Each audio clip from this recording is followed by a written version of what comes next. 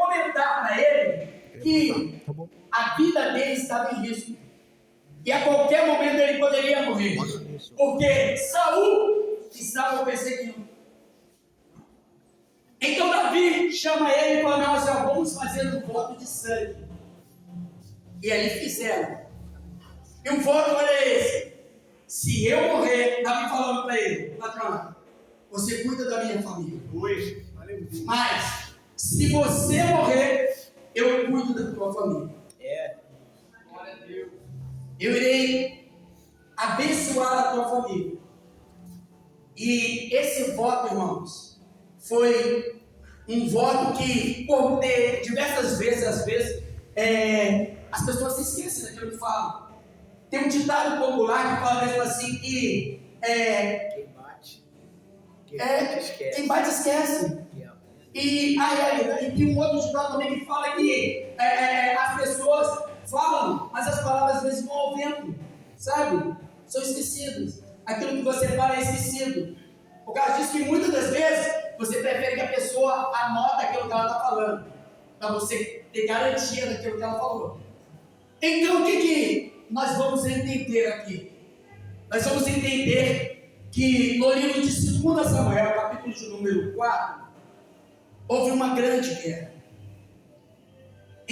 Nessa guerra nós vamos ver a morte de Saul e também a morte de Jonatas.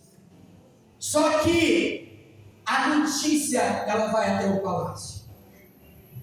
Quando a notícia chega no palácio, a babá, que nós já conhecemos como ama, ela pega aquela criança no intuito de cuidar, de zelar, de proteger da vida daquela criança.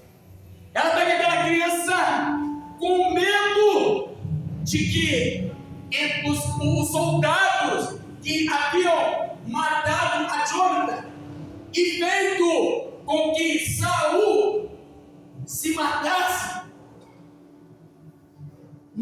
também aquele menino, que era naquele momento o único da linhagem real, de sangue azul. Aí o que eles fazem? Ela pega aquela criança e sai correndo com aquela criança, pelos teus braços. Criança com apenas 4 anos, pastores. E uma criança com 4 anos, ela não consegue andar da mesma forma que nós adultos andamos. Mas só que o medo daquela mulher era muito grande. E ela se esqueceu daquela situação.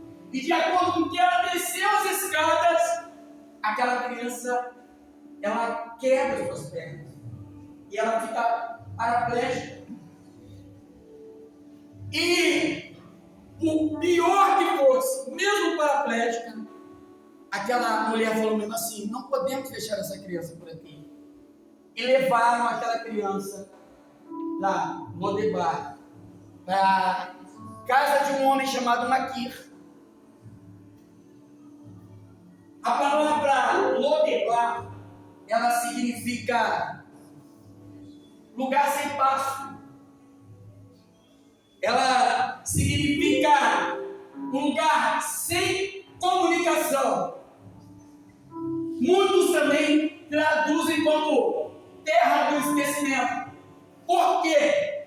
Porque se não existe um pasto, se não existe comunicação, a pessoa se torna esquecida. E por muitas das vezes, nós temos medo dessa situação, porque ninguém quer ser esquecido. Você, homem de Deus, você não quer ser esquecido. Você sempre procura com que alguém te veja. E eu tenho uma palavra para você. Entenda bem. Nem sempre, quando você sai do cenário, é o inimigo que está te tirando. Nem sempre quando você sai de cena, é o inimigo que está te tirando. E às vezes, quem está tirando você de cena é o próprio Deus, para poupar a tua vida. Lodebar é lugar de esquecimento? Lodebar é um lugar sem comunicação? É. Mas quem levou Mefibosete para aquele lugar? Pastores, Deus levou ele para lá. Porque se fosse o diabo, mataria ele no meio do caminho.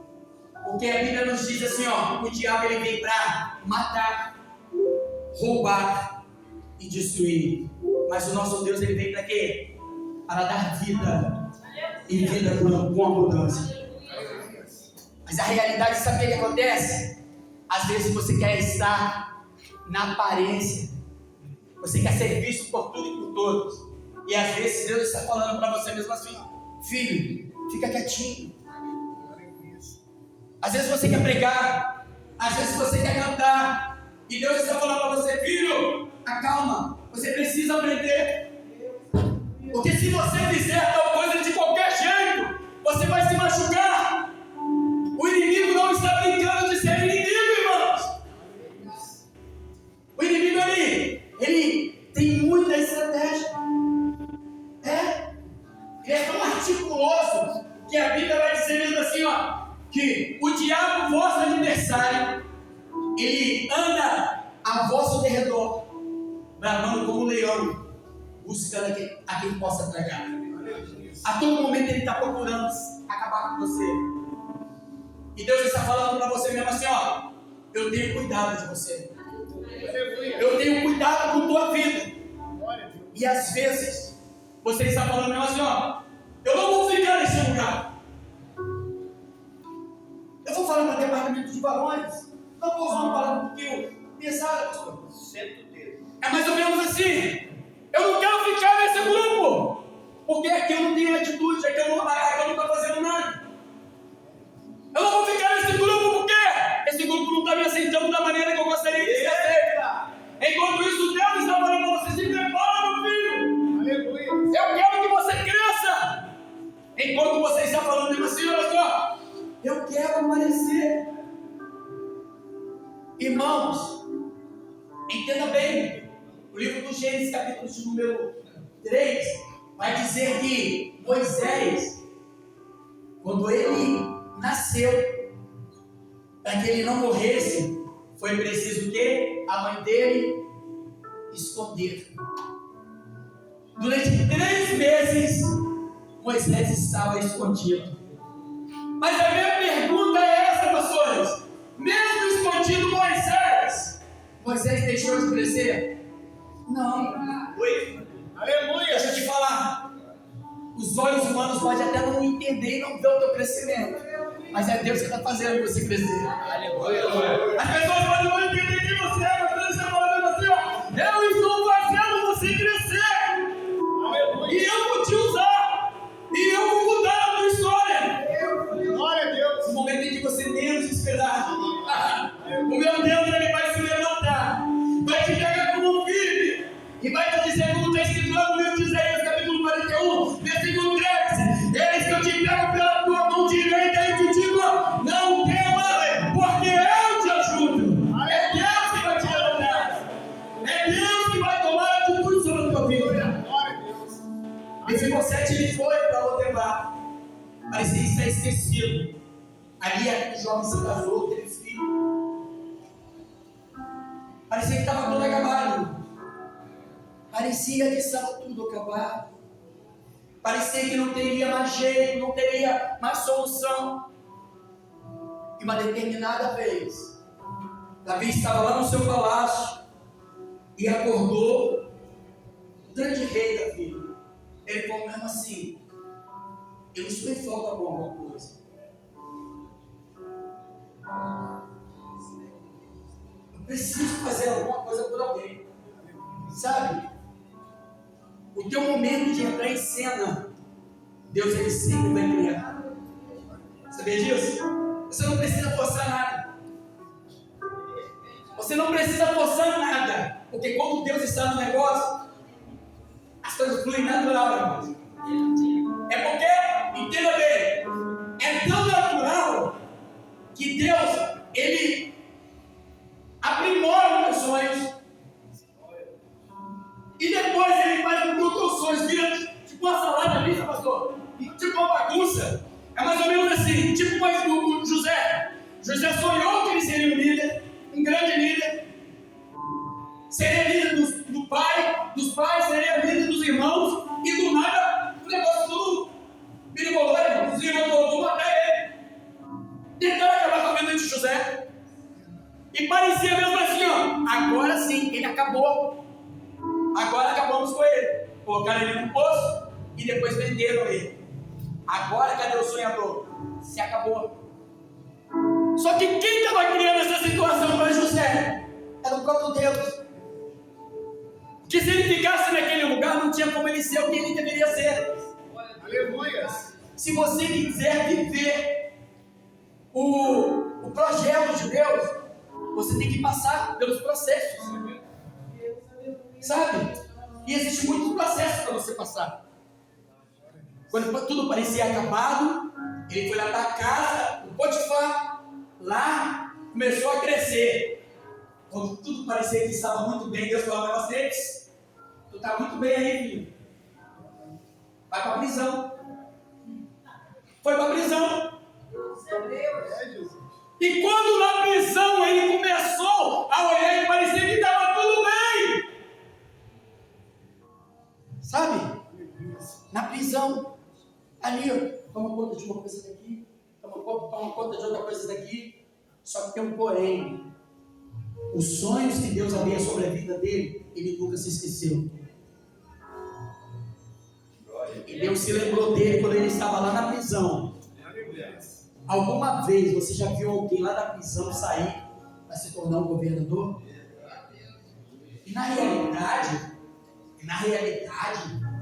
no Egito não tem esse cargo de governador. Não tem. Mas Deus criou um cargo no Egito só para engrandecer o filho dele. Pela obediência. Mas calma aí. O texto está falando sobre Mefibosete. Mefibosete estava lá esquecido em Lodebar, na casa de Maquir. E algo em especial aconteceu. Deus tocou em Davi. E Davi falou mesmo assim: ó, o meu filho, eu preciso de honrar com a palavra que eu tive. E chamou um dos seus servos, chamado Ziba. Falou assim: Ziba, por um acaso, olha só, ainda restou alguém da casa. Ele não falou de Jonathan. Ele fala, a Bíblia vai falar de Saul. Ele vai além, pastor.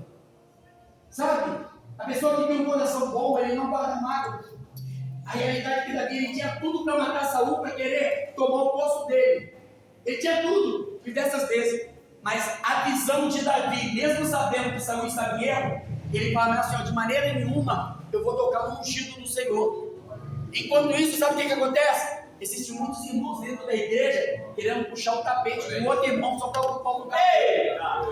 Enquanto Deus está falando para você, meu senhor, ó, fica no teu lugar, aguarda com paciência, entendeu? E não é falando não, irmãos, ó, é em silêncio. Deus trabalha quem fica em silêncio. Quando você fala, você atrapalha o agir de Deus. Quando você é uma pessoa muito tagarela, você atrapalha o agir de Deus. Às vezes Deus tem uma bênção para você e você quer sair falando. E Deus falou mesmo assim: meu filho ainda nem entendeu o processo, aí você já está abrindo a boca. O próprio salmista Davi, livro de Salmo, capítulo de número 46, versículo 10, diz assim: ó, aquietai-vos e sabei que eu sou Deus.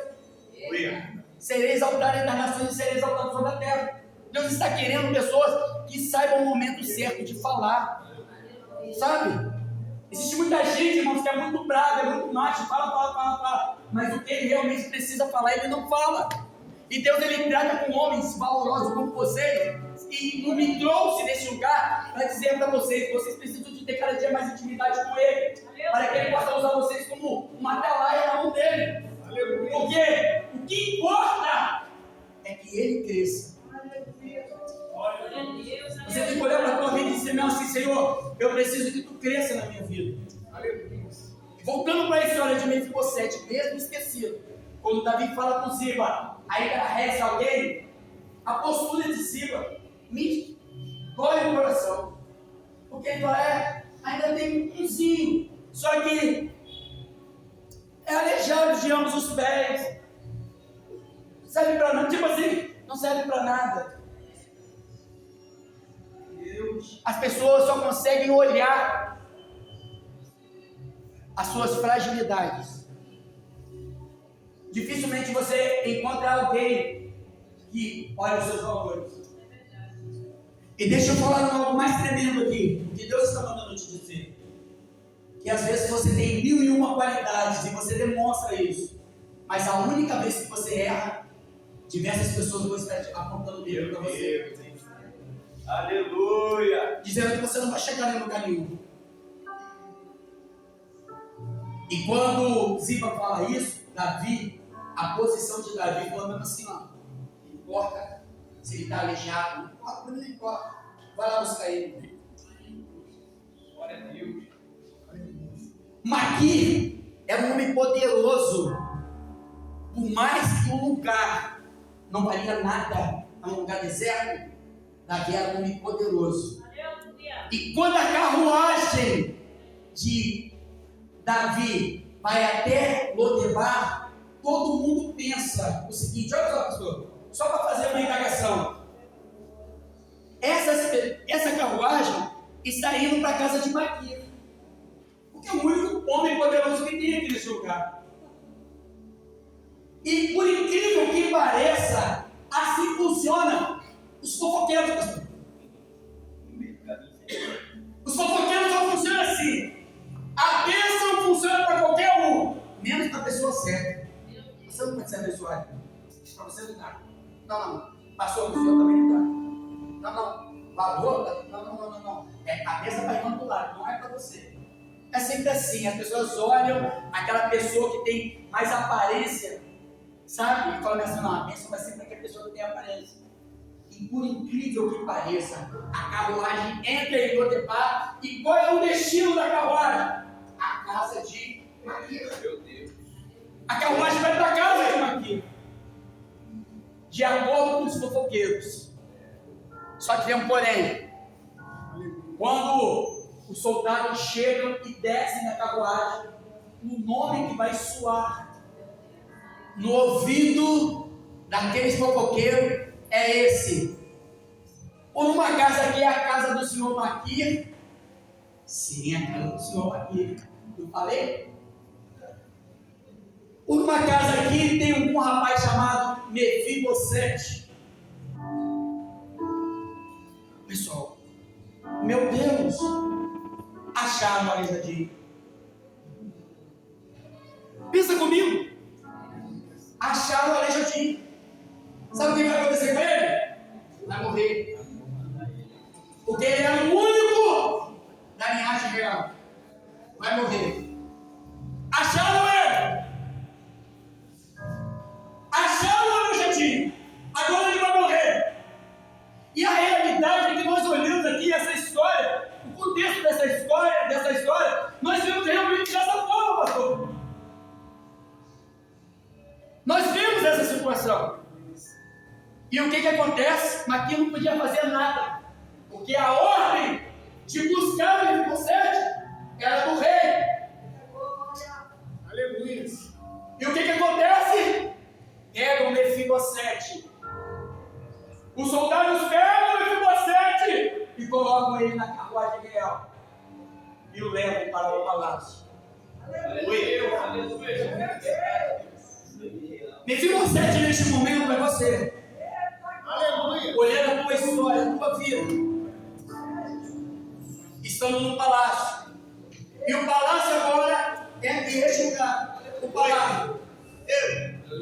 Deixa eu falar uma coisa para vocês. Sabe onde está o rei? No altar. Nosso Deus, ele está no altar. Aleluia.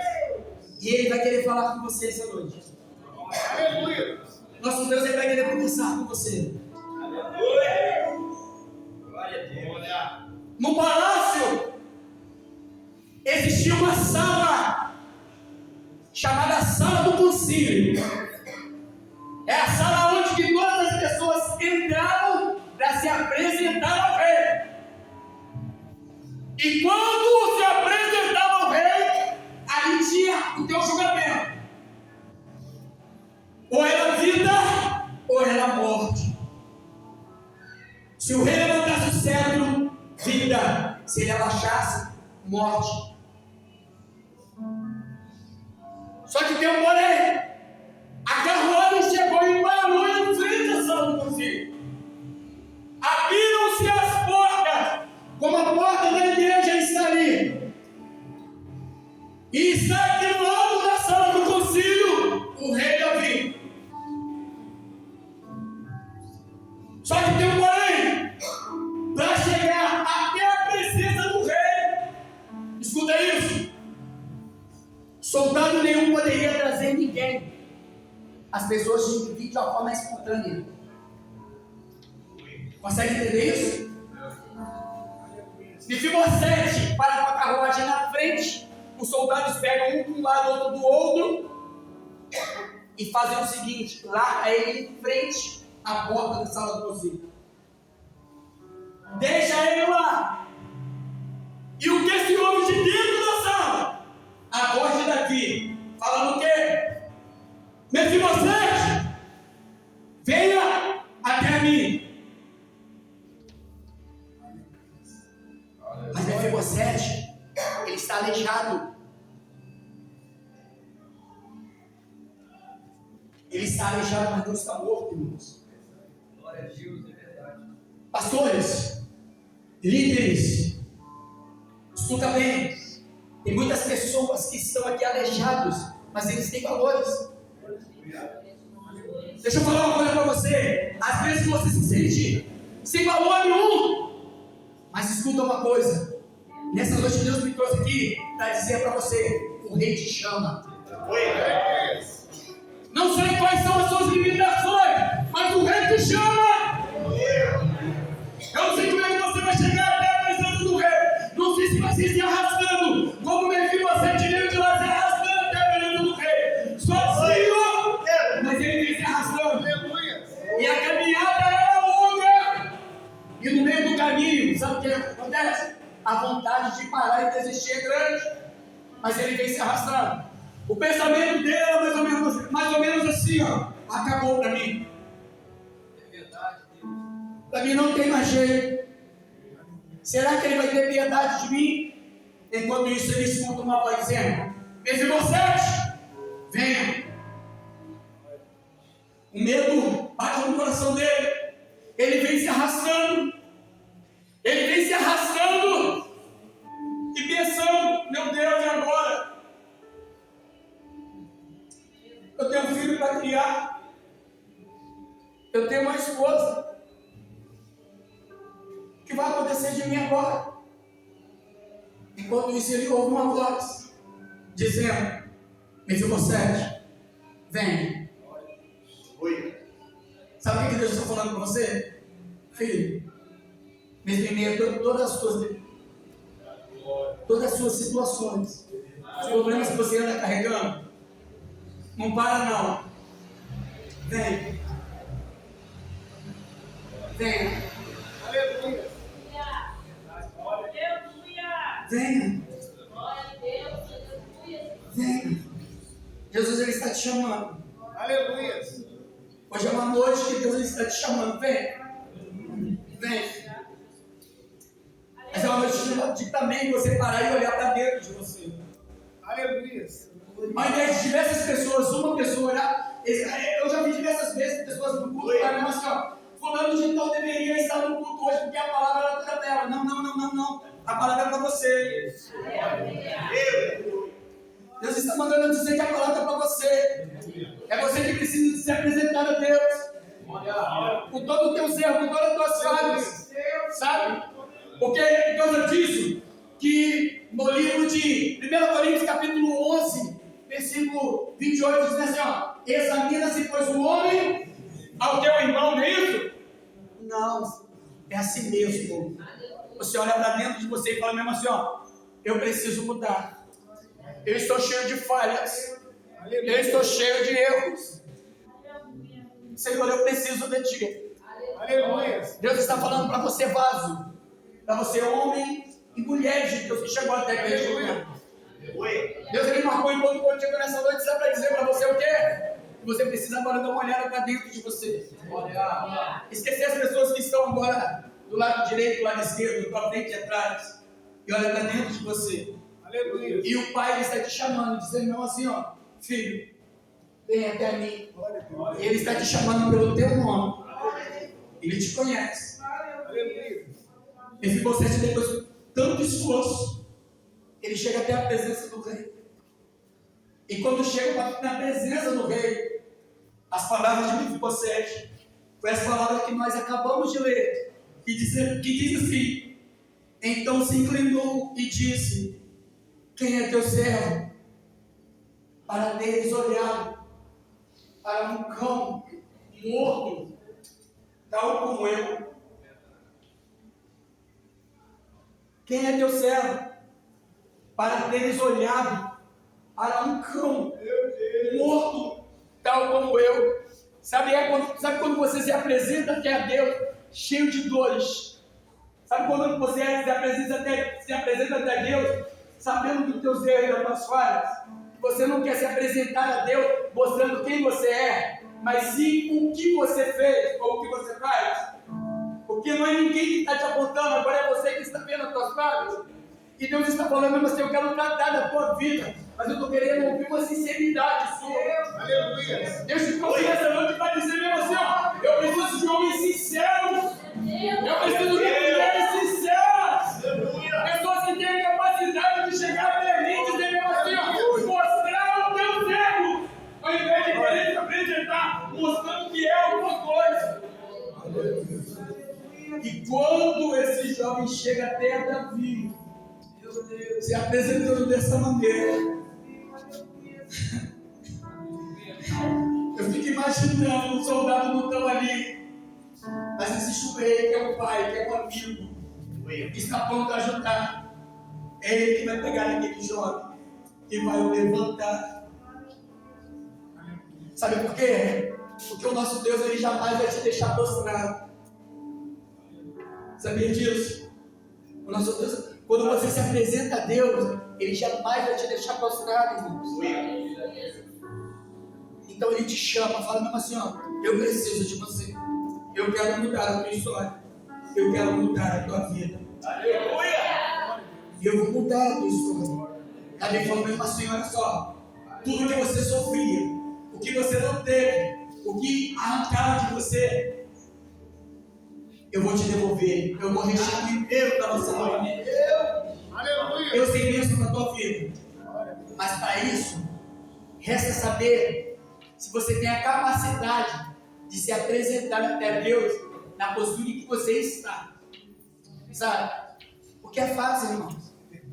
É fácil nós termos uma postura de santo. É fácil. Mas manter a tua postura daquilo quando você olha para dentro de você e fala mesmo assim: ó, eu estou cheio de erros e falhas. Eu preciso me apresentar até a Deus. E Deus está falando para você. Para você, para você. Dizendo mesmo assim: ó, eu preciso de você.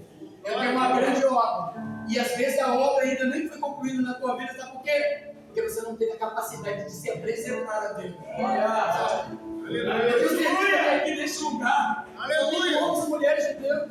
Aleluia. Eu estou pregando para crente, irmãos. Gostaria de estar pregando para um lugar onde tivesse diversas pessoas que ainda não tivessem conhecendo o Evangelho. Mas então eu estou pregando para crente. E quando eu prego para crente, eu sou sincero em dizer para você: nós falhamos muito. E às vezes não temos a capacidade de chegar para Deus e falar: Senhor, me perdoa. Aleluia. Mas hoje Deus te trouxe aqui para dizer mesmo assim: ó, que você precisa mudar essa história. Sabe? O altar está aqui. Aleluia. E eu não vou perder tempo. Eu tenho algo a te dizer. Que no lugar de morte Deus tem vida. No lugar de derrota Deus tem vitória para você. Às vezes você está todo quebrado, mas Deus está falando para você: ó, hoje é a noite de eu mudar essa situação. Aleluia. E vou concluir uma coisa para vocês.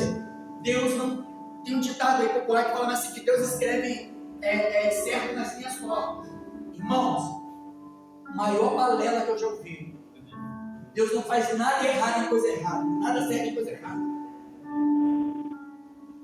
No livro de Ezequiel, capítulo 37, quando Deus falou para Ezequiel mesmo assim, ó, profetiza sobre os ossos, profetiza sobre esse vale.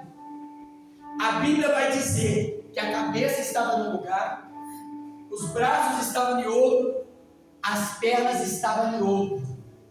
E sabe o que aconteceu? Houve-se um grande reboliço. Barulho terrível. E o que estava fora do lugar veio para o lugar. Se a tua vida, você que está aí, você está olhando para dentro de você, às vezes é o teu braço que está fora do lugar, às vezes é a cabeça, às vezes é o teu pé que está fora do lugar. Ninguém está aqui para te condenar. Você tem que tomar atitude. A atitude do homem e de mulher de Deus é de se apresentar a Ele. Aquele que vem a mim, de maneira nenhuma eu lançarei fora. Eu jamais abri mão de você. Mas o inimigo, ele sempre vai colocar na tua cabeça. Não precisa. Não precisa. Enquanto Deus está falando para você, eu quero mudar a tua história.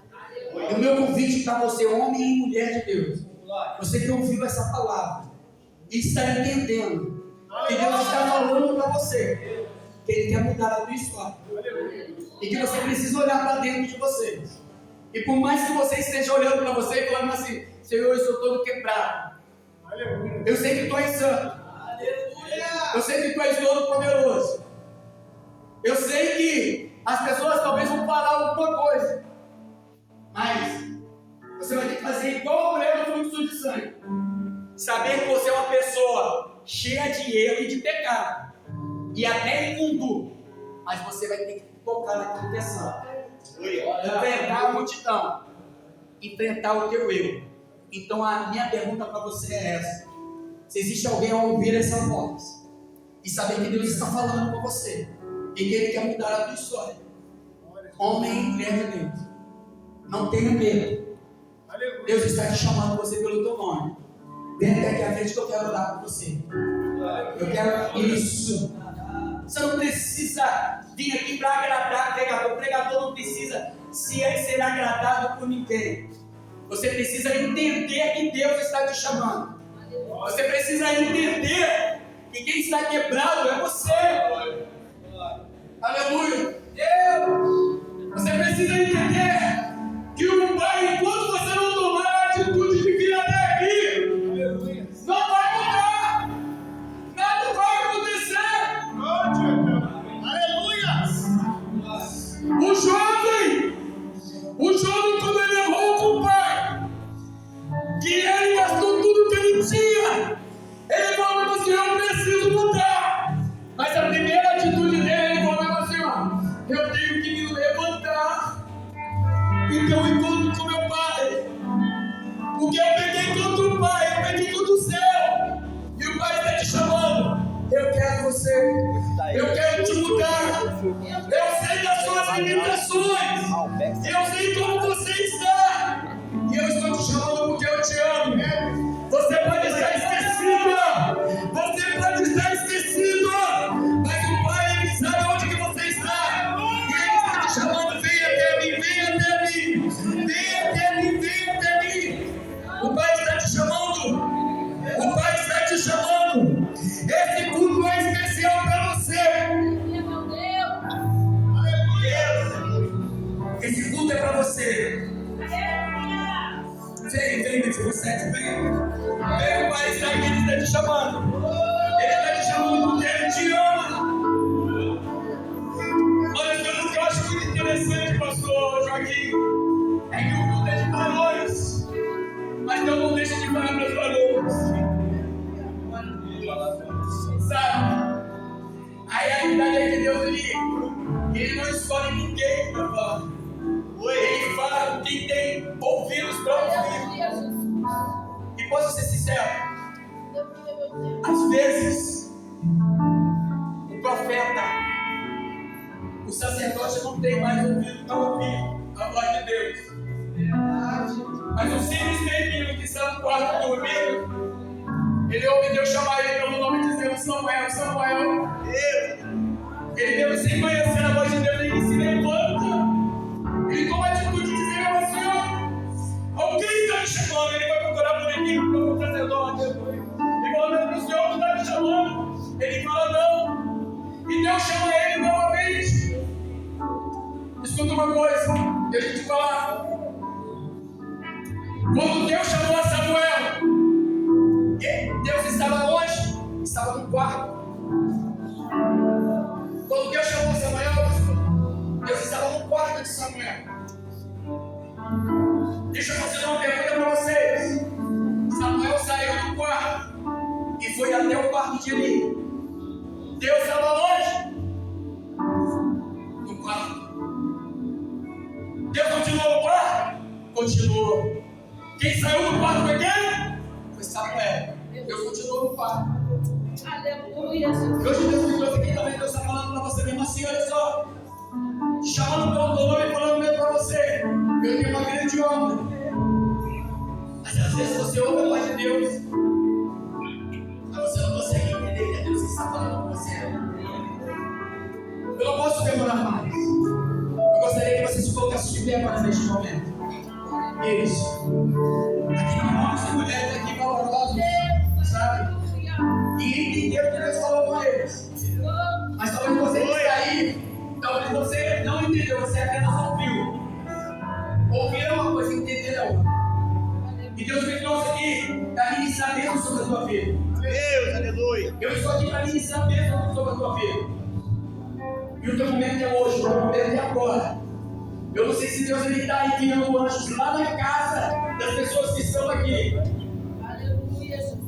Talvez alguém me saiba que está falando para você: Senhor, muda a história da minha esposa, muda a história do meu filho, muda a história da minha casa, porque se tu mudar a história dele, vai mudar a minha história.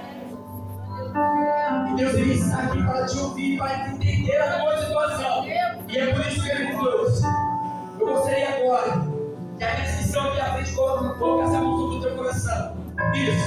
Coloque a mão sobre o teu coração. E aos que estão aí, estenda as tuas mãos para cá. Isso. Vamos orar agora por essas vidas. Essas vidas que aqui estão, homens e mulheres de Deus. Amado e soberano Deus. Aqui estão, Senhor, aqueles que estão escondidos. Senhor, aqui estão aqueles, meu Pai, que estão, Pai, se sentindo às vezes vazio. Às vezes, Senhor, o coração deles estava querendo saber: eu vou largar tudo, eu vou abandonar tudo, para mim não dar mais. Senhor, eu não estou aguentando mais essa situação. Os problemas têm se levantado contra a minha vida. Parece que tu já se esqueceu de mim. Mas aqui, Senhor, são homens e mulheres corajosos, que não mediram esforço para enfrentar os problemas, enfrentaram o eu que às vezes nos deixa preso no corpo, mas vieram até aqui à frente, Senhor, ciente de que tem algo especial na vida deles. Olha, meu Deus, querido e maravilhoso, eu sei que algo especial tu já está fazendo, tu já está fazendo. Aleluia. Eu me lembro, Pai, que neste momento já tem anjos guerreando sobre a vida deles. E eu quero ministrar vitória.